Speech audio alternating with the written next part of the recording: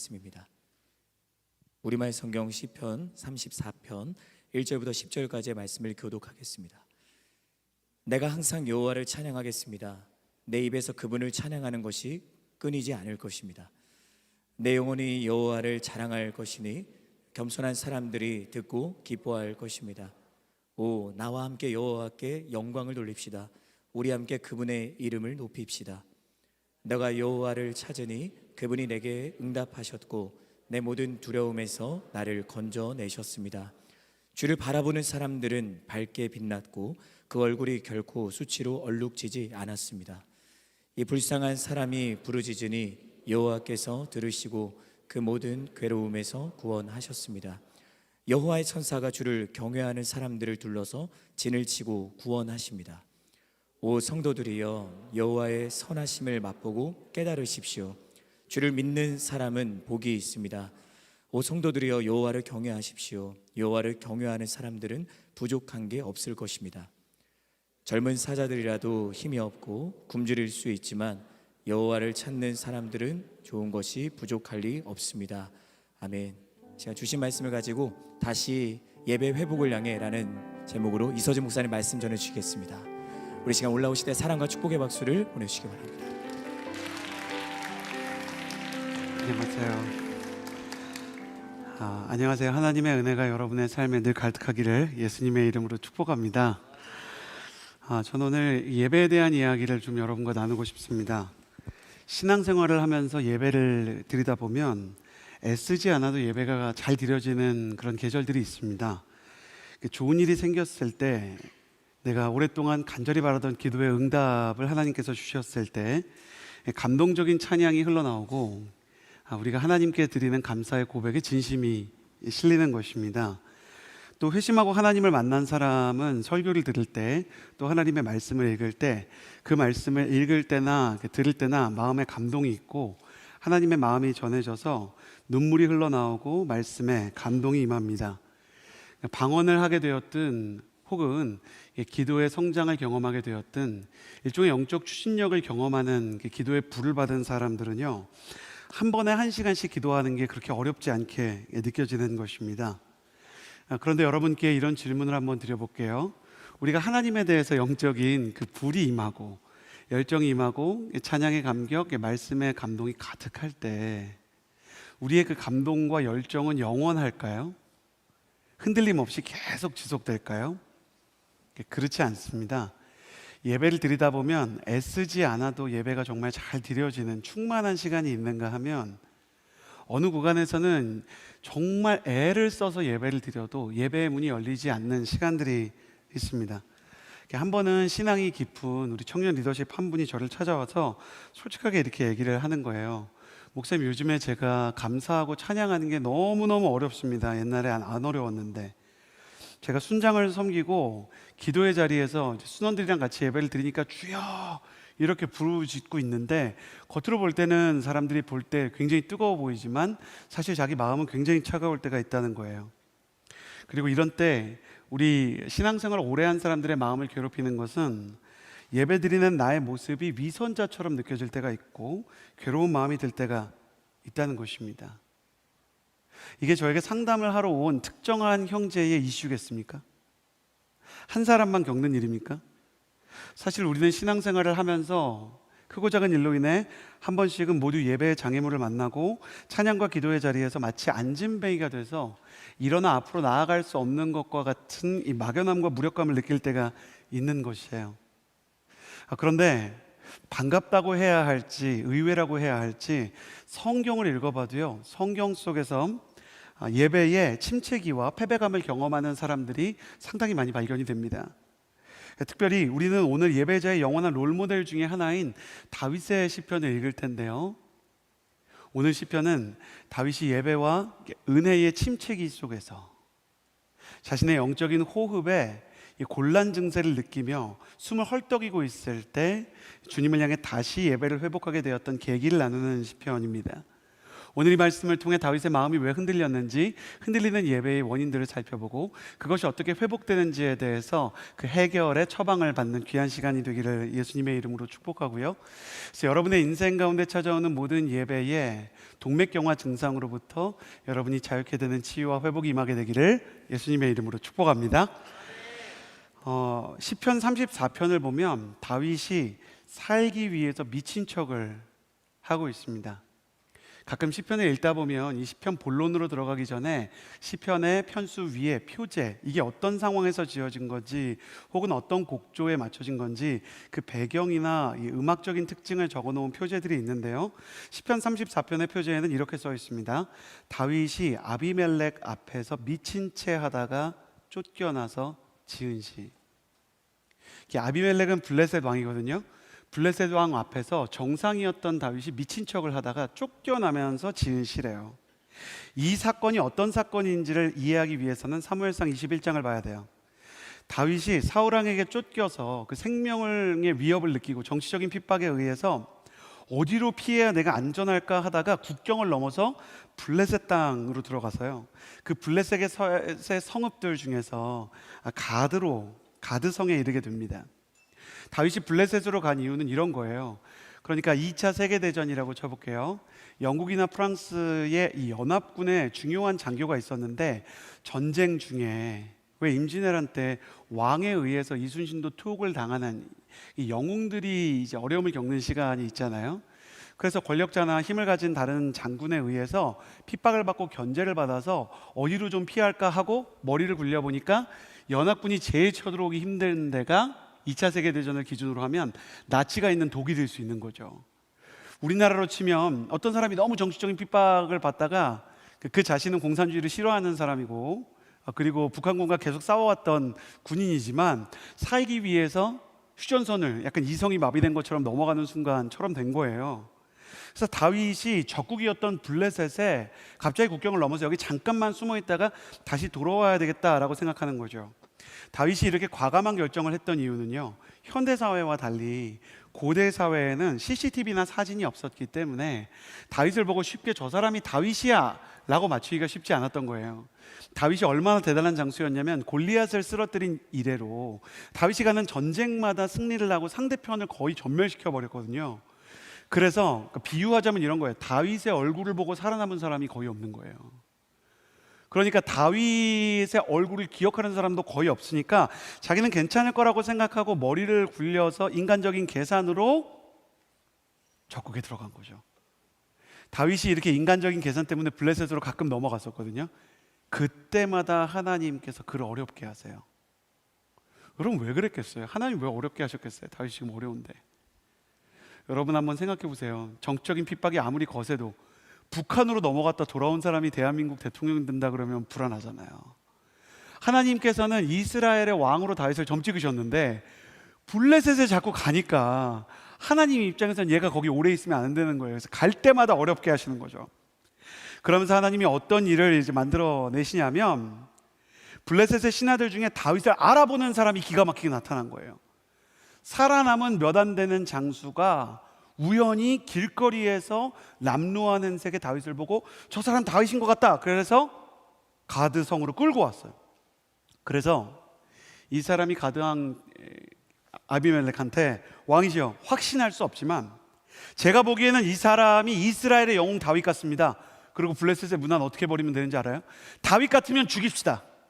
다윗이 아니어도 죽입시다. 일단 그러면 뭐 다윗이 아니면 다윗이랑 닮았으니까 어쩔 수 없는 거죠. 뭐 이런 식으로. 다윗 입장에서 정말 큰 위기인 거예요. 그렇죠? 갑자기 사울을 피했다가 블레셋에서 정말 오명을 뒤집어 쓰고 죽게 생겼으니까 아무도 나를 알아보지 못할 줄 알았는데 이럴 수가. 이때 다윗이 갑자기 임기응변으로 미친 사람처럼 행동하기 시작해요. 미친 사람처럼 막 침을 흘리고 문을 긁으면서 정신 나간 척을 하는 거예요. 여러분, 다윗은 원래 이러한 잔꾀로 위기를 돌파하는 사람이 아닙니다. 다윗의 상징적인 두 가지 무기는 뭐냐면, 하나는 하프고 다른 하나는 돌팔매예요. 그냥 하프를 가지고 악한 영을 쫓아내거나 돌팔매를 가지고 적들을 쫓아내는 장군이거나 아니면 영적 전쟁에서 승리를 거두는 영적 전사였어요. 그의 정체성은 전사고 그는 언제나 승리를 위해서 가슴을 펴고 용맹하게 살아갔던 사람입니다. 근데 지금 이 사람이 정말 초라하게 살기 위해서 미친 척을 하고 있는 거예요. 다윗은 막 살기 위해서 애를 쓰면서 미친 척을 하는데 하프도 돌팔매도 없는 상황 속에서 빈손으로 갑자기 하는 익숙하지 않은 연기가 얼마나 도움이 되겠느냐고요. 제가 원래 이거 하면서 미친 척하는 연기를 하려고 했는데 도저히 용기가 안 나서 못 하겠어요. 안 하던 걸 어떻게 하겠습니까? 미친 척이나 하며 목숨을 부지하기 위해서 애쓰는 다윗의 마음에 반쯤은 두려움이 찾아왔을 것이고 또 한편으로는 수치심과 정말 자괴감이 찾아왔을 것입니다. 우리는 다윗의 이 처참하고 처량한 장면을 통해 예배자로서 우리의 영적인 자존감이 무너져 내리는 예배자를 추락시키는 화살 3개를 발견하게 됩니다. 첫 번째는 나를 힘들게 만들고 억울하게 하는 타인이에요. 나를 괴롭게 하고 공격하고 나를 죽이려고 하고 나에게 집착하고 질투하는 타인들이 있을 때 우리의 예배가 망가지는 거예요. 다윗이 뭘 그렇게 잘못했습니까? 잘못한 게 없는데도 불구하고 사울왕을 충성스럽게 섬기고 이스라엘을 위해서 싸운 대가로 부산물로 따라온 영웅이라는 칭호 때문에 그는 질투를 얻어서 지금 죽음의 위기를 얻고 있습니다. 그리고 블레셋에도요, 지금 누굴 죽이려고 온 것도 아니고 암살하러 온 것도 아닌데 내가 대단한 음모를 가지고 온 것도 아닌데 바로 잡혀가지고 적국에서 그냥 살해를 당할 위험 속에 있는 거예요. 내가 그렇게까지 잘못한 것도 없는데 적대적인 견제와 질투와 미움으로 나를 겨냥하는 사람이 있으면 우리는 억울함 때문에 마음이 망가집니다. 우리 민족 모두가 아는 민요가 뭐예요? 여러분, 한 곡만 뽑으라면 아리랑이에요. 우리 민족이 어떤 민족입니까? 나를 버리고 가시는 님은 심리도 못 가서 발병 나는 거예요. 그러니까 나를 버리고 가신 님은 돌아오는 게 아니에요. 발이 불구가 돼야 되는 거예요. 우리는 상처에 화살을 맞으면 이 화살을 뽑아서 치료할 생각을 하지 않아요. 그러니까 미국 같으면 접시가 깨져가지고 애가 울고 있으면 Don't worry, are you okay? 그러니까 애부터 돌보잖아요. 근데 우리 부모님은 뭐부터 물어보냐면 어느 놈이 있겠어? 누가 너 이렇게 무섭게 했어? 한 번은 저희 아이가 이렇게 깨물린 자국이 어린이집에서 이렇게 나서 온 거예요. 그러면 우리 아들 안 아파라고 물어봐야 되는데 제 입에서 나온 게 누가 물었어? 누구야? 가자 어린이집에. 그러니까 아이가 그때 마음 가운데 되게 섭섭함을 느끼면서 아빠, 그 애를 혼내달라는 게 아니라 내가 아프니까 나를 위로해줘야지. 그때 제 마음속에 나에게는 뿌리 깊은 이 조선의 한의 정서가 있구나 라는 걸 알게 됐어요. 그래요. 우리를 괴롭히는 사람이 있을 때 우리는 정상적으로 감정과 영성이 작동하지 않는 것이에요. 저와 여러분을 비롯해서 사람이 모두 죄인인데 그 죄 중에 가장 끊기 힘든 게, 인류사에서 가장 없어지기 힘든 게 질투심 아니에요? 여러분, 최초의 살인은 영적인 질투 때문에 났습니다. 그 영적인 질투 속에서 아벨이 받은 피해를 생각해 보십시오. 우리를 괴롭히는 타인이 있을 때 우리의 예배가 위협을 받게 되는 것입니다. 예배자를 추락시키는 두 번째 화살은 뭐냐면 초라한 모습으로 전락한 나 자신이에요. 초라한 모습으로 전락한 나 자신. 다윗은 하나님의 사람이었어요. 하프를 켜면 귀신이 떠나고 돌팔매를 돌리면 골리앗이 쓰러졌던 사람이죠. 근데 지금 다윗의 손에는 하프도 없고 돌팔매도 없어요. 어색한 연기로 미친 척하는 게 진짜 최선인 거예요. 더 이상 내 손에는 예배의 하프도 없고 비전의 돌팔매도 없고 미친 척이나 하며 목숨을 구걸하는 신세가 됐구나. 이게 진짜 자괴감이고 현타죠. 초라한 모습으로 추락한 자신을 발견할 때 우리의 예배는 장애물을 만나게 되는 거예요. 여러분, 남녀가 교회에서 사귀다가 이별을 하면 그 남자를 다시 만나고 싶은 마음이 없어도 나를 교회에서 되게 인기 커플로 생각하고 결혼할 거라고 기대했던 후배들이 있으면 그 자체로 힘든 거예요. 그냥 교회를 가면. 형제 여러분, 자매 여러분, 그런 마음 아시잖아요. 내가 뭔가 자꾸 해명해야 되는 마음. 그리고 내가 직장을 멀쩡히 잘 다니고 있었는데 그 직장에서 갑자기 해고 통보를 받았어요. 그래서 내가 삼성전자나 하이닉스 같이 유명한 회사를 다녔는데 내가 갑자기 잘렸다고 생각해봐요. 근데 순원들이 속도 모르고 순장님, 이번엔 삼성전자 하이닉스 좋은 일 있던데요, 보너스 좀 받으시겠어요? 그러면 나 잘렸어 이런 얘기를 하는 게 그냥 창피하고 어려우니까 그런 일 때문에, 직장의 실직 때문에, 연인의 이별 때문에 공동체를 옮기고 싶은 마음이 들 때가 있는 거예요. 여러분은 안 그러시구나. 저는 그랬어요, 과거에. 세 번째는 예배자를 추락시키는 화살이 이 상황에서 나를 떠나신 것 같고 내게 느껴지지 않는 하나님이에요. 그러니까 나를 공격하는 타인도 힘들어, 초라한 나도 힘들어. 근데 하나님도 날 떠나신 것 같아. 다윗이 지금 블레셋 땅 한가운데 있는데 이방인의 땅, 우상을 섬기는 적의 성읍 앞에 있잖아요. 절체절명의 위기입니다. 그럼 여러분 보세요. 다윗도 보통 사람이 아니잖아요. 성경의 지도자 아닙니까? 하나님께서 지도자 중에 모세를 위해서는 애굽의 군대가 쫓아오니까 홍해를 갈라서 바다 사이로 길을 내주셨어요. 여호수아는 어때요? 막 아말렉 족속이랑 싸움을 하고, 여호수아가 막 가나안 족속이랑 싸움을 하고, 심지어 막 가나안 땅에서 정복 전쟁을 할 때 해가 질 것 같으니까 태양아 멈추어라, 여호수아가 막 하나님의 계시를 받은 것도 아니고 하다 보니까 기도가 그렇게 나온 건데 진짜 태양이 멈춘 거예요. 그 순간에 여호수아가 제일 놀랐을 거예요. 하나님께서 모세를 위해서 홍해를 갈라주셨고 여호수아를 위해서는 태양을 멈춰주셨는데 지금 다윗이 미친 척 하는데 뭐 별일 없잖아요. 미친 척 하는데 막 그 이방 신상이 뭐 쓰러져가지고 뭐 다 죽는다든지, 자기 빼고 건물이 무너졌는데 자기만 산다든지, 뭐 그런 일이 일어나면 좋은데 하나님 지금 저와 함께 계십니까? 왜 저를 위해서는 아무 일도 해주지 않으십니까? 아니 미친 척하면서 홀로 위기를 돌파하려는 다윗은 내가 혼자 이 문제를 해결하는 것 같은 외로움이 있는 거예요. 다윗의 마음속에 이렇게 나를 억울하게 만드는 사울과 블레셋 사람들이 있었고 스스로의 모습을 보면 너무 초라하고 하나님은 느껴지지 않았어요. 그런데 사무엘상 21장에 따르면 이 모습을 본 아비멜렉은 사람 이름이 아니라 그거예요. 파라오 같이 호칭이거든요. 아비멜렉, 아기스가요. 이름은 아기스입니다. 이 사람이 신하들한테 화를 내면서 말을 했다는 거예요. 이런 미친 사람을 나한테 데려와가지고 이게 뭐 코미디 프로야? 지저분하게 저 뭐하는 짓이랴? 저 벨벳이 얼만데 저기다 침 바르고 내보내! 여러분 이 장면이 정말 이상한 거예요. 왜냐하면 고대 세계에서 왕에게 필요한 덕목 딱 하나만 뽑으면 뭐겠어요? 아니 고대뿐만이 아니에요. 정치 권력만의 문제가 아니에요. 여러분 지도자에게 필요한 덕목은 하나만 뽑으라면 사람 알아보는 눈이에요. 인사가 만사예요. 그렇잖아요. 삼성과 같은 기업을 경영하는 이재용 회장님 같은 분한테 그분이 뭐 반도체 직접 만드시겠어요? 그분이 뭐 PPT 직접 만드시겠어요? 막 디자인하고? 아니에요. PPT 잘 만들 사람, 광고 영상 잘 만들 사람, 반도체 기술 잘할 사람, 판매 전략 잘 세울 사람 알아보고 세우는 게 제일 중요한 일인 거예요. 정치가로서도 대통령이든 장관이든 자기 아랫사람 훌륭한 사람 세우는 것이 가장 좋은 일인 거예요. 목회자도 마찬가지예요.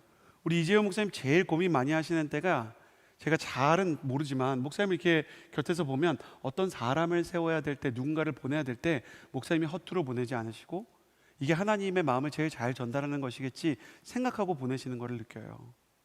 고대사회나 현대사회나 기업이나 정치나 지도자는 사람 알아보는 안목이 제일 중요한 거예요. 그런데 한 나라의 수장이고 이스라엘을 그렇게까지 괴롭혀온 나름 유능한 나라인 블레셋이 지금 이 어설픈 연기에 속아버린 거예요. 지금 최민식 씨도 아니고 이병헌 씨도 아니잖아요. 신하들도 이의를 제기하잖아요. 누군가는 그렇게 말했어야 돼요. 연기잖아요. 안 미쳤어요. 끌려올 때까지 멀쩡했다니까요. 저 갑자기 긁네 저거.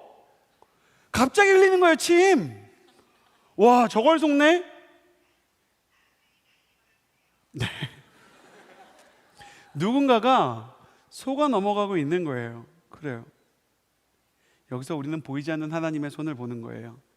예배자 다윗의 날개는 화살에 맞아서 추락하고 있었지만 하나님께서는 아래서 안전그물로 그를 받치고 계셨고, 하나님께서 하나님의 영인 성령님과 천사들을 통해 그들의 눈을 가리셔서 다윗이 정말 미친 사람으로, 풀어줘도 되는 사람으로 착각하게 하셨어요. 다윗은 여기서 추락하다가도 떨어지면 바닥에 닿자마자 튀어오르는 농구공처럼 인생의 밑바닥에서 다시 한번 하나님을 향한 예배를 회복해요. 그래서 그는 블레셋의 모든 여정 가운데 다시 한번 하나님 앞에서 이 고난의 절체절명의 위기에서 풀려나면서 이 시편 34편을 썼다는 겁니다. 그래서 이 말씀 안에는 밑바닥에서부터 회복하는 예배자를 비상하게 하는 이 날개의 법칙, 비상의 법칙이 들어있습니다. 그래서 시편 34편에서는 예배가 밑바닥으로 처박히고 있을 때 다시 그 예배가 비상하게 하는 영적인 비결이 숨어 있는 것입니다. 오늘 시편 34편을 통해 이 예배의 회복에 대해서 세 가지를 나눌 텐데, 하나하나 나눌 때마다 그것이 여러분의 영혼의 소유가 되고 하나님의 약속의 말씀이 되어 실제로 오늘 말씀에 기록된 것처럼 여호와의 선하심을 맛보아 알게 되고 여러분의 예배가 충만해지는 은혜가 있게 되기를 예수님의 이름으로 축복합니다. 첫 번째 원리입니다. 1절에서 3절의 말씀을 같이 읽겠습니다. 1절, 2절, 3절입니다. 함께 읽겠습니다. 시작. 내가 항상 여호와를 찬양하겠습니다. 내 입에서 그분을 찬양하는 것이 내 영혼이 여호와를 자랑할 것이니 겸손한 사람들이 듣고 기뻐할 것입니다. 오 나와 함께 여호와께 영광을 돌립시다. 우리 함께 그분의 이름을 높입시다. 예배자를 비상하게 하는 날개는 가슴에 손을 얹고 저를 따라해 주시겠어요? 예배를 회복시키며 예배자를 비상케 하는 날개는 영적인 결단이다. 1절을 보면 내가 여호와를 항상 송축하며 그를 찬양하는 소리가 내 입에서 끊이지 않을 것입니다 라고 써 있습니다. 여기서 핵심 단어는 항상이라는 단어인데, 이 베콜엣라는 히브리어는요, 내 인생이 어떤 국면에 서 있다 할지라도, 그러니까 우리가 찬양하는 그 찬양 가사말 중에는 제가 존경하는 제가 대학부 10국인데 이제 10기에 김영민 목사님이 계셨거든요. 근데 김영민 목사님이 작곡한 온누리교회가 작곡한 찬양 중에 이제 두 개가 제일 유명해요. 하나는 과거에 예배본부장 하셨던 목사님이 지은 당신은 사랑받기 위해 태어난 사람이 온누리교회 그 목사님이 지은 찬양이고, 다른 하나는 모든 상황 속에서라는 찬양이에요. 근데 저는 모든 상황 속에서라는 그 곡과 정말 일맥상통한다고 생각해요. 모든 상황 속에서 주를 찬양하겠습니다 하는 거예요. 지금 다윗이 풀려나긴 했어요. 근데 여러분, 모든 위기가 다 지나갔어요? 다윗을 죽이려는 사울 아직 살아있고요. 한 10년 더 방황해야 돼요. 지금 여전히 그의 몸은 블레셋에 있어요. 풀려나면서 계속 해야 될지 몰라요. 막 이런 거 해야 될지 몰라요. 이거 안 되네요. 이거 어떻게 해야 될지 몰라요. 막 바보같이. 언제까지 해야 될지 몰라요. 사람들이 보니까 계속 블레셋에서 바보천치 않게 해야 되잖아요. 그 은밀하게 위대하게 그 배우 그분처럼 계속 이렇게 바보 같은 거 해야 되잖아요. 그러나 그럼에도 불구하고 다윗은 남아있는 위기의 여부와 상관없이 여기서 일단 하나님을 예배하겠다라고 결단하는 겁니다. 여러분, 이거 당연해 보이죠? 위기를 돌파했으니까. 안 그래요. 우리는 하나님의 은혜가 찾아와도 여전히 문제가 남아있으면 뭐라고 하는지 아세요? 이게 제 마음속에 하나님이 꼭 쓰라고 한 문장이더라고요. 하나님이 이 말을 들을 때 마음이 아프다. 여러분, 우리가 자주 하는 말이에요. 아니야, 해결된 거 아직 없어. 아무것도 바뀐 거 없어. 아니야, 잠깐 좋은 거라니까. 아직 문제 진짜 엄청 많이 남아있어. 이 태도가 바로 광야를 걷던 이스라엘 백성에게 스며들었던 마음이라고 하나님 말씀하시는 거예요. 제 마음에. 홍해를 건넜는데 물을 못 마시니까 해결 안 된 거예요. 하나님이 애굽의 모든 병거를 바다에 수장시키는 걸 봤는데 광야를 걸으니까 하나님이 나를 속인 것처럼 느끼는 거예요. 여러분, 사단이 어떤지 아세요? 홍해를 건널 때는 사단도 여러분 못 건드려요. 아니, 그렇게 은혜 안에 있는 사람 어떻게 건드려요? 그럼 사단은 어떻게 하냐? 다음 날을 기다려요. 그래서 보통 죄 많이 짓고 보통 한 주를 제일 많이 망치는 날이요, 월요일이에요. 월요일 아침에 불만불평으로 시작하게 만들려고 하는 거예요. 홍해를 건너는 동안에는 아무 말도 못하니까 광야를 지날 때 1000마디가 불평이 나오게 하는 겁니다. 홍해를 건넜지만 광야를 걷고 마실 물이 없으니까 해결된 거 아무것도 없어. 원망과 불평이 찾아왔어요. 불과 얼마 전까지 하나님의 은혜를 경험했지만 해결된 거 아무것도 없어. 잠깐 좋았던 거지. 그거 한마디가 모든 은혜를 다 지워버렸어요. 사단이 심어준 이 문장 하나면 모든 게 다 완성이 됐습니다. 여러분, 은혜를 경험했다고 찬양을 지켜나가는 게 보통 어려운 일이 아닙니다. 은혜가 위기를 모면하게 해도 남아있는 위기가 있다면 우리는 지나간 날에 대한 예배 대신 남아있는 내일에 대한 원망과 불평을 먼저 찾아요. 하나님에 대한 믿음 대신 세상에 대한 계산과 전략과 인맥을 먼저 붙잡을 거예요. 다윗은 자기가 그럴 수 있다는 걸 알았어요. 그래서 자기 영혼에 대해 나는 여호와를 송축할 것이고 항상 여호와를 찬양할 것이며 내가 찬양이 끊어지지 않겠습니다라고 하나님 앞에서 약속하는 거예요. 여러분, 여기서 중요한 거는 다윗이라고 이걸 지켰겠어요? 아니, 여러분, 다윗이라고 항상 찬양하면서 살았겠냐고요? 못 지켰어요. 그러나 그럼에도 불구하고 그는 작심삼일이라도 반복하면서 하나님께 다시 결심하고 다시 결심했어요. 여러분, 다 지켜야 약속이 아니에요. 우리는, 하나님은 다 지켜야 약속이에요. 그 불공정 계약이에요. 우리는 다 못 지켜도 괜찮아요. 크리스천은 안 넘어지는 사람이 아니라 넘어져서 다시 일어나는 거예요. 작심삼일 안 하려고 하지 말고 작심삼일이라도 좀 하세요. 하나님 앞에서 결단하는 것입니다. 영적인 결단이라는 것은 어떠한 효과가 있냐면 내 영혼을 어디에 주도권을 줄 것인가를 결정하는 거예요. 영적인 결단과 전쟁이라는 것은 어디다가 주도권을 실어줄 거냐의 싸움인 거예요. 다윗이 지나온 인생의 경험을 통해 몇 가지를 확실히 깨달았거든요. 먼저, 하나님께서 나에게 살 길을 주셨다, 그죠? 그러나 위기는 끝난 게 아니다. 그러므로 하나님이 주신 은혜를 붙잡고 남아있는 위기에 대해 하나님을 매 순간 붙잡고 찬양하며 나아가야겠다. 다윗은 자기 내면의 주도권을 원망과 불평에 내어주는 대신 은혜를 주신 하나님을 붙잡기로 결단한 것입니다. 여러분은 무엇에 영혼의 주도권을 내어줄 생각이신가요? 여러분, 저를 보시겠어요? 사단이 거짓말할 거예요. 그 정신승리라고.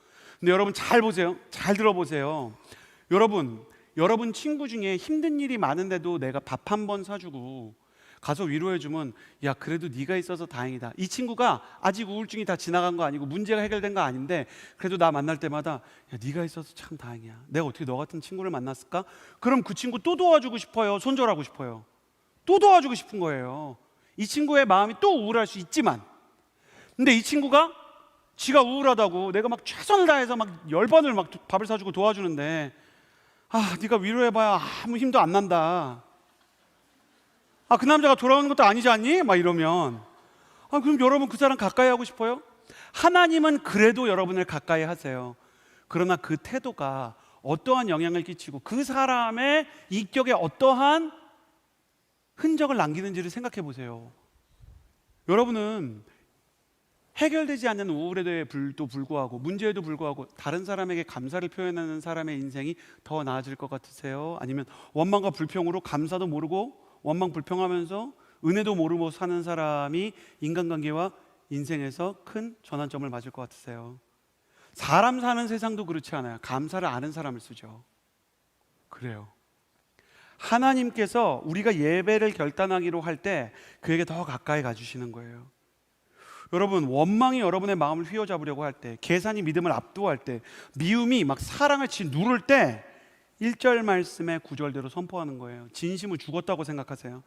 내가 항상 여호와를 찬양하겠습니다. 내 입에서 그분을 찬양하는 것이 끊어지지 않을 것입니다. 여러분이 소위 진심이라고 말하는 건 진심 아니고 충동이에요. 말하고 나면 후회하는 거. 진심이면 왜 후회합니까? 진심대로 말했는데. 화내고 여러분 왜 후회하세요? 그 진심이 아니었기 때문이에요. 사단이 여러분 가스라이팅 해가지고 막 충동한 거예요. 이게 너의 진심이야. 사단이 여러분 편드는 것 같죠? 야, 화내, 너한테 화낼 권리 있어. 그리고 화내면 사단이 어떻게 하는지 알아요? 그거 봐, 원수도 사랑 못하는 밑바닥 인생. 마약 먹어봐, 진짜 먹어. 야, 그걸 진짜 먹냐? 이게 사단이에요. 사단이 하라는 대로 하면 처음에 달고 나중에 써요. 사단이 먹으라는 대로 먹으면 처음에 기분 좋고 나중에 먹으면 암 걸리는 거예요. 사단은 처음에 달콤한 걸 줘요. 그래서 진심처럼 보여요. 근데 우리의 진심이 뭐냐면요, 여러분 저를 보시겠어요? 저를 따라해 주세요. 하나님의 자녀로서 우리의 진정한 진심은 돌아보았을 때 그렇게 하길 잘했다 하는 것이다. 그게 진심인 거예요. 돌아봤을 때, 아, 그때 참길 진짜 잘했다. 내가 그 말 안 하길 정말 잘했다. 내가 하나님 앞에서 그렇게 행동 안 하기를 참 잘했다. 그것이 우리의 삶에서 정말로 중요한 진심인 거예요. 전 여러분이 충동과 진심을 구별하게 되기를 바라요. 다윗은 지금 찬양하면 내가 그렇게 하길 참 잘했다 할 거라고 느끼는 거예요. 여러분 어떠세요? 예배드리기 싫은 마음, 그냥 집에 가고 싶은 마음, 내가 여기를 왜 왔나 싶은 마음 있죠. 근데 여러분 그렇게 정말 돌아가면 후회가 없으시겠어요? 아니에요. 여러분 할 수 있으면 기도하고 할 수 있으면 은혜 받고, 그죠? 할 수 있으면 찬양하고 싶은 마음이 있으시죠? 아멘 하는 거 보니까 오늘 이게 큰일 난 것 같아요. 자, 여러분 정말 예배하기 원하는 마음이 있으시죠? 기도의 문이 열리기 원하는 마음이 있으시죠? 이것이 성경이 말하는 중심이라고 부르는 진심이에요. 시간이 돌아봤을 때 와, 진짜 그렇게 하길 잘했다. 하나님은 우리를 중심의 사람으로, 우리의 중심이 우리의 표면에 흔들리는 충동을 억제하고 진정한 중심으로 진실하게 살아가기를 원하는 마음을 가지고 계세요. 그래서 이렇게 살아가면 예수 그리스도께서 원하시는 하나님의 사람으로 향해 한 걸음씩 나아가는 거죠. 다윗은 그것을 선택하고 우리에게 그렇게 살라고 하는 것입니다. 할렐루야. 여러분의 인생에 영적인 중심이 표층에 있는 충동을 이겨내는 은혜가 있게 되기를 예수님의 이름으로 축복합니다. 이어서 우리 4절에서 7절까지의 말씀을 같이 한번 읽어보았으면 좋겠습니다. 4절에서 7절입니다. 함께 읽겠습니다. 시작. 내가 여호와를 찾으니 그분이 내게 응답하셨고 내 모든 두려움에서 나를 건져내셨습니다. 주를 바라보는 사람들은 밝게 빛났고 결코 수치로 얼룩지지 않을 것입니다. 사람이 부르짖으니 그 모든 괴로움에서 구원하셨습니다. 여호와의 천사가 아멘. 가슴에 손을 얹고 저를 따라 주시겠어요? 예배자를 비상하게 하는 날개는 구별된 시선이다. 다윗이 4절에서 내가 여호와를 찾으니 그분이 내게서 응답하셨다 이렇게 얘기를 해요. 그리고 내 모든 두려움에서 나를 건져내셨대요. 다윗은 지금 두려움 가운데 있습니다. 내 모든 두려움에서라는 표현을 보면 다윗이 용사였음에도 불구하고 사울도 두렵고 블레셋도 두려웠다는 걸 알 수 있습니다. 여러분, 사람은 다 두려워해요. 겁이 안 난 척 할 뿐이죠. 사람이 높은 곳에 서거나 그리고 깊은 물 속에 들어갔을 때나 그리고 나를 좋아하지 않는 것 같은 사람들이 이게 많은 자리에 있을 때 본능적으로 사람은 엄청난 두려움을 느낀대요. 어른이 돼도 해결이 안 되는 거예요. 수영 선수는 깊은 물을 좀 덜 두려워하고 스카이다이버는 높은 곳을 덜 두려워하겠지만 나를 미워하는 사람이 막 수십 명 수백 명 있는 그런 자리 앞에 서 있으면 그건 정말 어마어마한 공포라는 겁니다. 다윗의 인생이 그랬어요. 그런데 다윗은 그때 자신을 두렵게 하지 않으시는, 자신의 팬이 되시고 자신을 응원하시는 하나님께 시선을 고정해서 그 두려움을 돌파해냈습니다. 하나님을 찾으니 라고 번역된 히브리어 다라시는 마음과 감각을 전부 집중해서 찾는다 이러는 거예요. 제가 한 크리스천 배우를 만난 적이 있어요. 누군지는 이제 얘기 안 하기로 했고 이분의 얘기를 쓰는 것만 허락을 받았는데, 이분이 한때 이제 루머가 있었던 분이에요. 이분이 이제 나쁜 짓을 한다는 이제 루머가 있고 이제 악의적인 기사가 이제 확인이 안 된 채로 보도가 돼가지고 이분이 너무너무 어려움을 겪었는데 이제 크리스천이었어요. 근데 이분이 이제 영화도 찍는데 그 연극 뮤지컬 그런 이제 무대에도 서거든요. 근데 무대에 서면 진짜 사람들이 막 야유도 하고 화도 내는 거예요. 근데 자기가 어떻게 견뎠는지를 얘기하는데 평소에는 자기 공연에 오지 않는 아내가 항상 그 이제 사람들이 비난하는 시기에는 이렇게 와가지고 자기를 보라 그랬대요. 그리고 매번 다른 자리에 앉아줬대요. 자연스럽게 하라고. 나중에 되니까요, 그 아내만 보였다는 거예요. 자매분들이 이렇게 하시는데 감동하지 마시고 그런 아내가 되시기를 축복합니다. 평소에 이렇게 막 응원해야 돼요. 이렇게 막 이렇게 응원해야 됩니다. 이런 거 하시면 안 돼요. 오빠 그게 웃겨? 막 이런 거 하지 마시고, 나니까 얘기해 주는 거야. 그런 거 하지 마시고, 뭐든지 뭐 잘하는 게 있으면 막 응원해 줘야 돼요. 형제고 자매고 막 응원의 시선을 보내주는 거예요. 하나님이 얼마나 좋은 분이신지, 우리가 부족할 때 우리를 용서해 주시고 우리가 조금이라도 잘하려고 그러면 우리를 응원해 주시는 분이 아니십니까? 하나님은 지금 다윗이 광야에 있는 것을 아시지만 다윗의 생명을 지켜주고 계시고 그 생명을 지켜주실 뿐만 아니라 그를 지도자로 키우시고 그를 쓰실 계획을 가지고 계시는 거예요. 그는 모든 감각을 다해 하나님의 말씀을 읽고 들으며 묵상하고 기도의 자리에 신경을 집중하고 찬양했을 것입니다. 다윗이 하나님께 예배할 때 주님께서 그에게 발견되셨어요. 여러분, 이렇게 폐허에서 드리는 예배, 고난 가운데 드리는 기도에는 힘이 있는 거예요.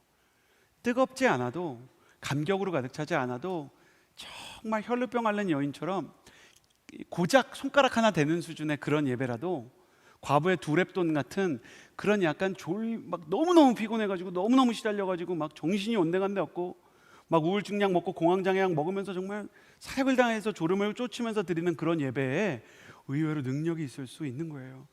왜냐하면 사람마다 최선의 기준이 그 사람의 컨디션과 상황에 따라 너무너무 달라요. 다윗이 뭐 하프를 켰겠습니까? 지금 쫓기는 입장에서 통성기도를 했겠습니까? 나지막히 읊조리는 기도라고 하나님이 안 들으십니까? 그럼 북한 성도들의 목소리 내지 못하는 찬양, 북한 성도들의 정말 숨소리 같은 기도는 하나님이 안 들으시겠어요? 아니에요. 고난 가운데, 환난 가운데 주님께 온 신경을 집중하는 그 집중된 구별된 중심을 주님이 보시는 거예요. 예레미야 29장 11절에서 13절에 여러분이 아실 만한 말씀이 있어요. 여호와의 말이다. 내가 너희를 위해 갖고 있는 계획들을 내가 알고 있으니 그것은 평안을 위한 계획이지 재앙을 위한 게 아니며 너희에게 미래와 소망을 주기 위한 것이다. 다윗에게도 그렇고 우리에게도 그렇죠. 하나님 미래와 소망을 주시기 원하신대요. 그러면 너희가 나를 부르고 와서 내게 기도할 것이고 나는 너희 말을 들을 거래. 이걸 믿는 사람은 그렇다는 거예요. 근데 하나님의 계획이 있는데 이 계획을 가지고 계신 하나님을 만나려면 너희가 너희의 온 마음으로 나를 찾고, 원어에서는 찾고 또 찾을 때 이렇게 되어 있죠.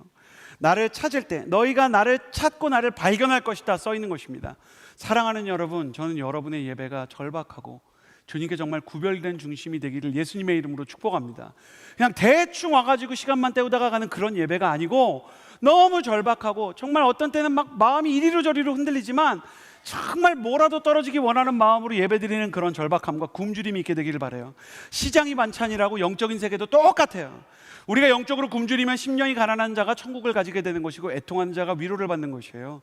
의에 줄이고 목마른 자가 그 의로움의 맛을 아는 것입니다. 그러면 우리가 어떻게 이렇게 전심으로 예배하고 온 마음과 뜻과 힘을 다해 주님께 구별된 집중력을 드릴 수 있을까? 분명한 건 우리 힘으로는 이런 고도의 영적 집중력을 스스로 만들 수가 없다는 거예요. 아니 어떻게 거룩하겠어요? 어떻게 구별된 중심을 드리겠어요? 어떻게 주님만을 바라보겠어요? 그런데 그 구별된 중심과 영적인 집중력을 만들어주는 분이 계세요. 그분이 성령님이신 거예요. 여러분 성령을 구하셔야 합니다. 사마리아 여인에게 예수님은 사람이 참으로 예배하기 위해서는 영과 진리로 예배해야 된다 그랬어요. 진리는 하나님의 말씀, 하나님의 약속이 기록된 그 언약의 성경이며 영은 하나님께서 우리에게 부어주시는 성령님인 거예요. 강단에서는 말씀이 선포되어야 하고 그 말씀을 듣는 성도에게는 성령님께서 임하셔야 하는 겁니다. 성령님, 우리가 주님을 바라볼 수 있도록 영적인 집중력을 허락하여 주옵소서. 성령의 역사가 여러분의 영혼을 사로잡아 주님을 바라보게 하시기를 예수님의 이름으로 축복합니다. 우리가 성령의 충만함을 구할 때 성령께서 우리 마음 가운데 영적인 집중력과 구별된 진정성을 주시는 것입니다. 그렇게 할 때 5절에 놀라운 말씀이 있어요. 그렇게 주를 바라보는 사람은 밝게 빛난대요. 모세의 얼굴이 빛났던 것처럼. 여러분 모세의 얼굴이 왜 빛났어요? 여러분 왜 빛났는지 말씀드릴까요? 한번 불 끄고요, 집안에 아버지 어머니가 예수님 믿으면 오늘 밤에 가서 이서진 목사님이 해보라 그랬다고 이렇게 해보세요. 이렇게 플래시 켜보잖아요. 엄마 아빠 주무시는데 그럼 거울도 아닌데 엄마 아빠 얼굴도 빛을 반사하죠. 그러니까 그 부분이 빛에 가까운 부분이 이렇게 밝게 보이는 거 아니에요. 무슨 얘기를 하냐면 성령님이 우리의 시선을 잡아가지고 하나님을 이렇게 바라보게 하면 하나님의 빛이 내 얼굴을 통해 빛는다는 거예요. 물론 플래시가 더 밝죠. 태양빛이 더 밝죠. 그러나 반사하는 빛도 만만치 않아요. 여러분 거울을 통해서도 태양은 보기 힘든 거예요. 우리가 하나님을 향해서 우리의 시선을 들고 우리가 주님과 얼굴을 마주하면 그러면 우리의 인격을 통해 예수님의 사랑이 흘러가고 예수님의 평안이 흘러가고 예수님의 은혜가 흘러가는 거예요. 저는 목사하면서 정말 목회자 하기를 잘했다는 생각을 참 여러 번 해요. 그 중에 제일 좋은 때가 언제인지 아세요? 여러분 목사하면서 제가 언제 제일 보람을 느끼냐면요, 제가 전도를 했는데 진짜로 그 사람이 예수님을 믿게 됐을 때예요. 여러분 이런 얘기해서 죄송해요. 제가 믿음 없는 거 용서해 주셔야 돼요. 저는 전도하면서 그 사람이 전도될 걸 믿지를 않아요. 최선을 다해서 하는데 저 사람이 믿을 것 같지가 않아요. 근데 가끔이지만 믿게 될 때가 있고요, 그 사람이 계속 믿게 될 때가 있어요. 그럼 제가 얼마나 믿음 없는지를 제가 알게 돼요. 여러분 목사가 전도를 해서 교회를 진짜 나오잖아요. 여호수아 예배 같은 걸. 그러면 이 사람 옆에 있어줄 수도 없고 어떻게 해야 될지 모르겠어요. 제가 허브 공동체에 있을 때 한 멘토님의 아드님이 전도가 돼버렸어요. 근데 얼마나 믿음이 없었냐면 시간을 2시간만 잡아놓은 거예요. 근데 얘는 전도가 됐으니까 저랑 하고 싶은 얘기가 더 많은 거예요. 그리고 제가 화장실 간다 그러고 뒤에 있는 약속 계속 취소했어요. 저는 안 될 거라는 전제의 약속을 잡았던 거예요. 근데 진짜 믿어가지고 얘가 사랑성전에 같이 가서 식당에서 2시간 대화하고 믿겠다는 거예요. 그러더니 교회를 와가지고 얘가 이제 영접 기도를 하고 그 다음부터 예배를 계속 나오는데 어떻게 해야 되는지 저한테 프로토콜이 없더라고요. 그럼에도 불구하고 하나님께서는 그 아이에게 은혜를 주셔서 세례받게 하시고 그 아이가 미국으로 가서도 하나님 안에서 정말 신앙생활 계속하게 해주셨어요. 얼마 전에는 무심코 만난 저희 성도님의 남자친구가 있었는데 5월 달에 어떤 이제 다른 공동체 MC님의 남자친구였어요. 근데 여호수아를 다니신다는 거예요. 그 제가 아는 장로님 좀 만나주라 그래가지고 제가 만났죠. 그 이제 예수님 믿으라고. 근데 제 마음속에 여러분 이것도 용서해 주셔야 돼요. 뭐 얼마나 나올까 이런 생각이 드는 거예요. 근데 지난달에 세례를 그분이 받으시더라고요. 그리고 그분은 저를 보는데 그런 눈빛이에요. 목사님은 제가 이렇게 될 줄 아셨죠? 이런 눈빛이에요. 아니죠. 그래서 몰랐죠. 제가 이거 마이크 끄고 물어봤다니까요. 물어봤어요 그분한테. 그때 인사했던 그분 맞죠? 근데 제가 너무 놀란 척 안 했어요. 그때 저희 인사했던 그분 맞죠? 속으로는 엄청 놀라요. 여러분, 우리가 하는 일을 통해서 영혼이 살 때 느끼는 기쁨과 보람이 얼마나 큰 건지 몰라요. 개를 키워서 그 강아지를 반려동물로 키워도 우리가 정말 위로가 있고 보람이 있는데 한 영혼이 살아나가지고 하나님의 자녀가 되는 기쁨에 어떻게 비할 수 있겠어요? 목회자를 하면서 구원받는 영혼이 있고 그분들이 전도가 되고 예수님 믿는 거를 볼 때 제가 직접 설교하지 않아도 뭐 러브소나타든 아니면 전도 집회든 스텝을 하는데 거기서 예수 믿는 사람이 나올 때 그 장면을 볼 때는 눈물에 감격이 있고 은혜가 있는 거죠. 여러분, 우리를 통해서 예수 그리스도의 빛이 비춰가지고 누가 주님을 본다 그러면 그게 얼마나 감사하고 그게 얼마나 놀라운 일입니까? 여러분의 인생에서 이런 일이 일어나게 될 거라는 겁니다. 우리가 하나님을 향해서 시선을 고정함으로 하나님의 빛이, 하나님의 생명의 능력이 그 사람에게 흘러가게 되는 것입니다. 나는 여러분을 본 사람이 예수님을 본 것처럼 은혜와 평안과 감격을 경험하게 되기를 예수님의 이름으로 축복합니다. 우리를 통해서 감사와 은혜와 구원이 전염되기를 축복합니다. 마지막으로 우리의 예배를 다시 날아오르게 하는 비결을 나눕시다. 17절에서 19절을 같이 읽겠습니다. 시작. 의인들이 부르짖으면 여호와께서는 그 소리를 들으시고 그 모든 고난에서 그들을 건져내십니다. 여호와께서는 마음이 상한 사람들 곁에 계시고 뉘우치는 마음이 있는 사람들을 구원하십니다. 의인들은 고난이 많으나 여호와께서는 그 모든 고난을 건져내십니다. 여러분, 의인이 고난이 없는 게 아니에요. 의인이 고난이 있는데 의인과 악인이 똑같이 고난을 겪어도 하나님이 의인에게 일어날 힘을 주시는 거예요. 여러분, 산상수훈의 마지막 결론을 보면 반석 위에 지은 집이나 모래 위에 지은 집이나 풍랑이 나고 비가 나고 창수가 나서 그 위협을 받는 건 똑같아요. 근데 모래 위에 짓는 집은 무너지고 반석 위에 짓는 집은 살아남는 거예요. 그런데 어떻게 살아남게 되느냐? 말씀을 보니까 의인들이 부르짖을 때 18절에 마음이 상한 사람이 그 상한 마음을 그대로 가지고 있을 때 뉘우치는 마음으로 주님 앞에 회개하며 나아갈 때 주님이 만져주신다는 거예요. 여호와께서는 마음이 상한 사람들 곁에 계시고 뉘우치는 마음이 있는 사람들을 구원하신대요. 예배자를 구원하는 마지막 날개는 겸손한 진심인 것입니다. 저는 여러분의 인생의 모든 예배의 고백마다 겸손한 진심, 깨어진 마음이 주님께 그대로 드려지기를 주님의 이름으로 축복합니다.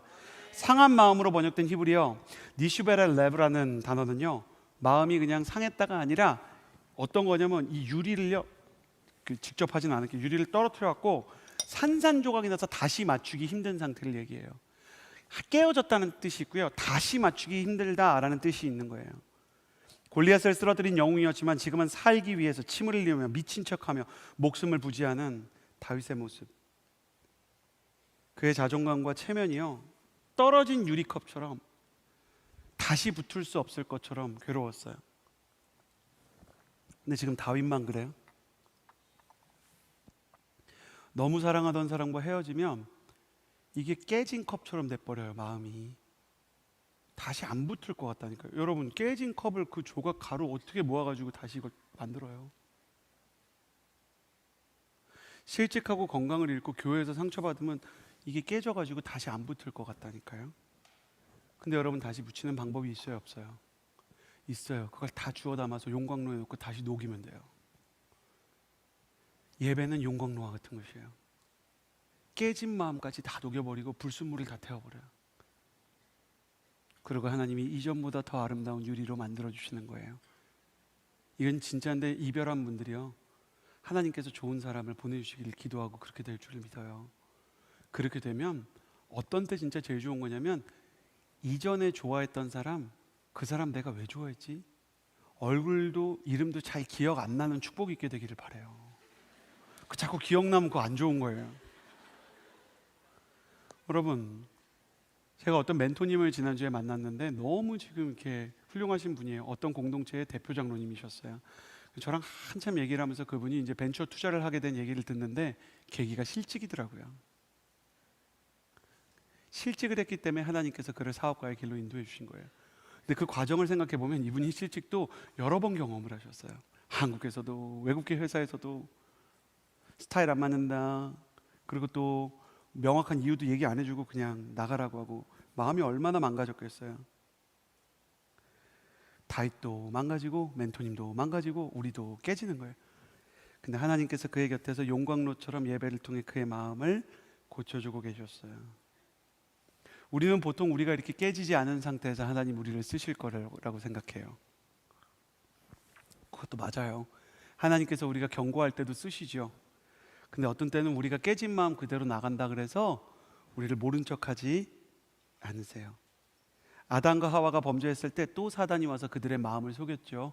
나뭇잎으로 가리고 숲 사이에 숨어라. 하나님은 너를 찾고 싶어 하지 않는다. 하나님과 최초의 숨바꼭질을 하고 지금으로 보면 영적으로 잠수 탄 거예요. 근데 여러분, 잎사귀로 하나님 눈을 어떻게 피해요? 숲풀에 숨는다고 하나님이 어디 있는지 모르십니까? 그래서 모태신앙분들 다 아시죠?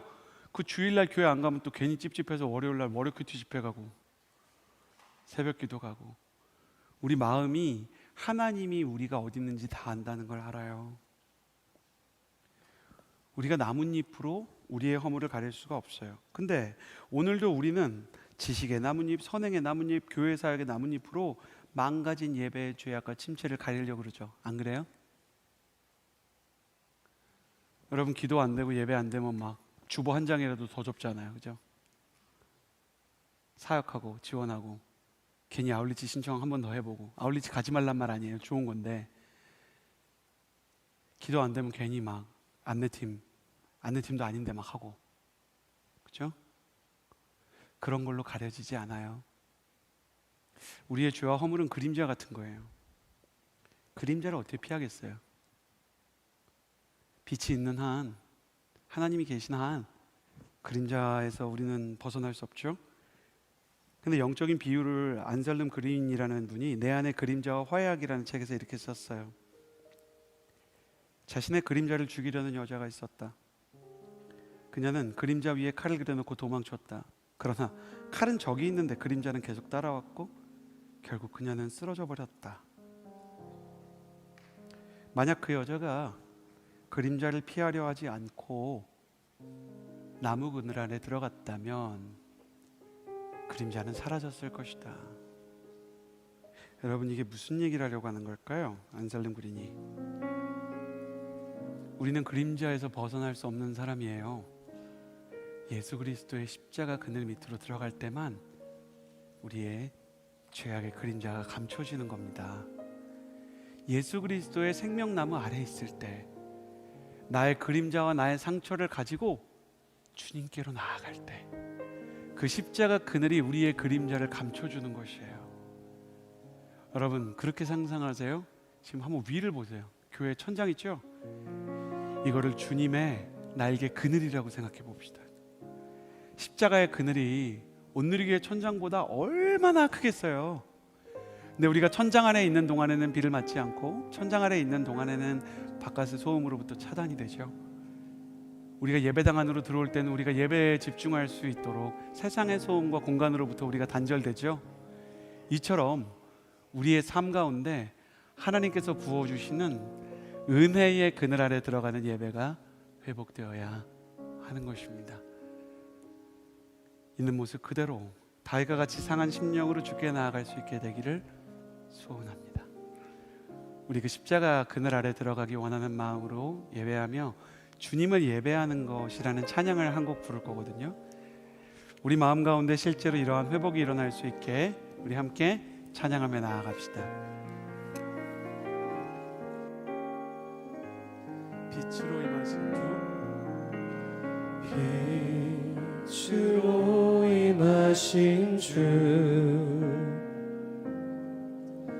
나의 어둠을 비추시네. 내 안에 연약함 모두 씻어주시고 나를 귀히 여기사 안으시네. 내 삶에 임하신 주, 모든 두려움 덮으시네. 주 나의 모든 것 주님만 의지하리. 눈을 들어 주님만 바라보리. 주님을 예배하는 것, 주님을 예배하는 것, 주님을 기뻐하는 것, 나의 마음과 뜻 다해 주님 더 알기 원하네. 주님을 사랑하는 것, 주님을 닮아가는 것, 나의 유일한 소망이라. 빛으로 임하신 주님,